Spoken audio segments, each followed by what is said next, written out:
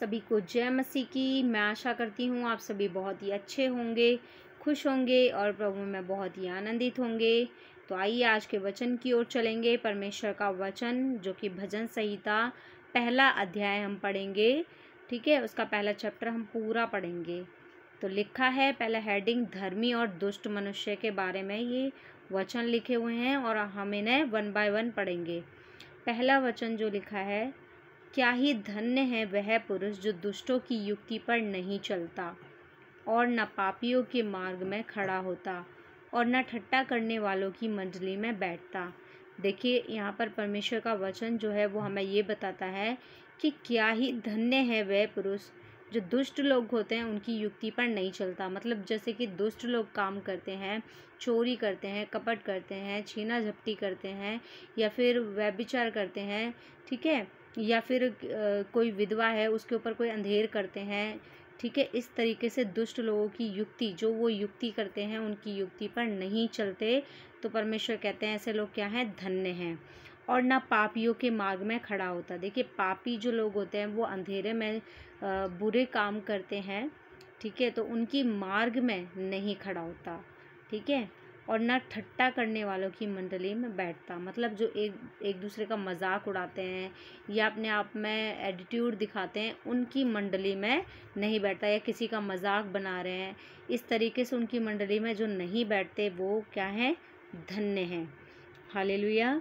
फिर परमेश्वर कहते हैं, परंतु वह तो यहोवा की व्यवस्था से प्रसन्न रहता। कौन?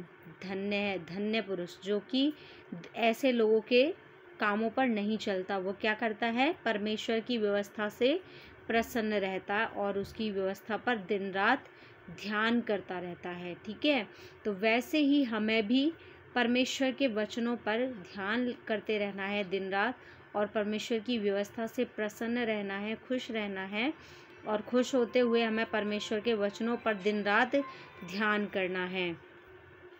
फिर परमेश्वर का वचन कहता है, वह उस वृक्ष के समान है जो बहती नालियों के किनारे लगाया गया है, ठीक है। देखिए, परमेश्वर बताते हैं कि वह उस वृक्ष के समान है। मतलब जो व्यक्ति परमेश्वर की व्यवस्था से प्रसन्न रहता है और दिन रात उसके वचनों पर ध्यान लगाता है, परमेश्वर कहता है वो उस वृक्ष के समान है जिसको जल, जिसको पवित्र आत्मा, ठीक है, जिसको पूरी तरह से परमेश्वर का अभिषेक मिलता रहता है, ठीक है। वो उस वृक्ष के समान है जो बहती नालियों के किनारे लगाया गया है।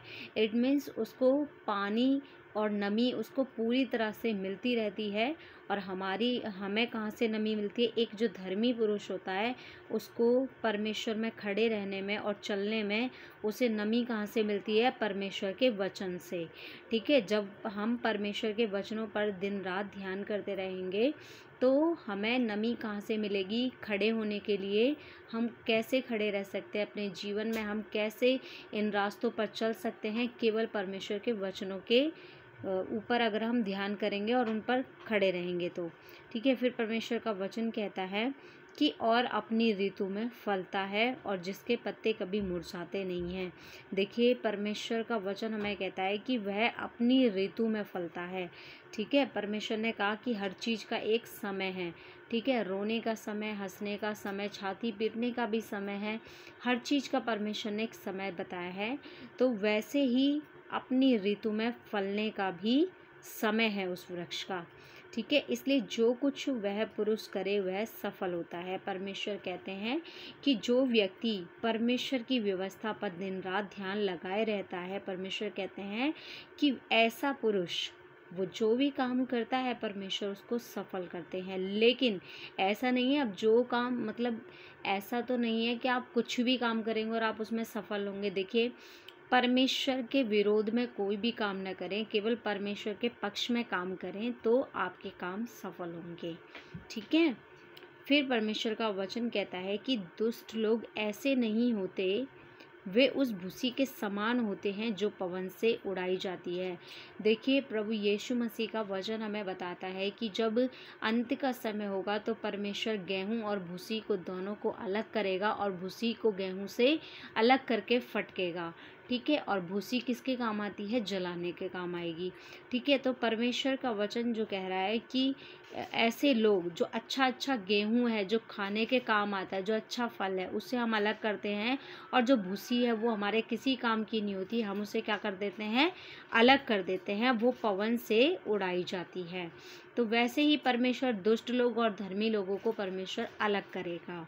ठीक है, फिर परमेश्वर कहते हैं कि इस कारण दुष्ट लोग अदालत में स्थिर ना रह सकेंगे। देखिए, जब दुष्ट लोग ऐसे काम करेंगे जो परमेश्वर के पक्ष में है नहीं, परमेश्वर के विरोध में काम करेंगे, तो ऐसे लोग कहीं ना कहीं परमेश्वर की अदालत में स्थिर ना रह सकेंगे, वो खड़े नहीं हो सकते, क्योंकि वो इतने पाप के वजन से वो बहुत ही ज़्यादा हल्के हो चुके हैं। ठीक है, और ना पापी धर्मियों की मंडली में ठहरेंगे। देखिए, हम खुद भी देखते हैं कि जहाँ पर 4 लोग अगर अच्छी बातें कर रहे हैं, परमेश्वर के वचन की बातें कर रहे हैं, या फिर ऐसी बात हो सकती हैं कि जो धर्म से रिलेटेड बातें कर रहे हैं, तो वहाँ पर अगर किसी को अजीब सा लग रहा है, भाई हो सकता है कि किसी को ऐसे हेजिटेशन होने लगे कि भाई ये क्या बातें कर रहे हैं, हो सकता है उसका मन ना लगे अच्छी बातों में। ठीक है, क्योंकि उसके ऊपर किसने कंट्रोल किया है? शैतान ने कंट्रोल किया है।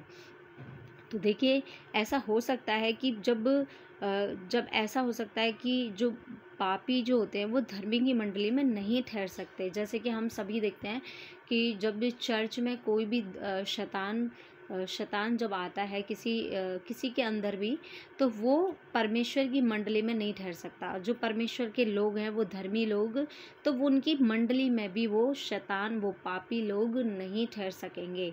ठीक है, क्योंकि पाप को जाना ही पड़ेगा।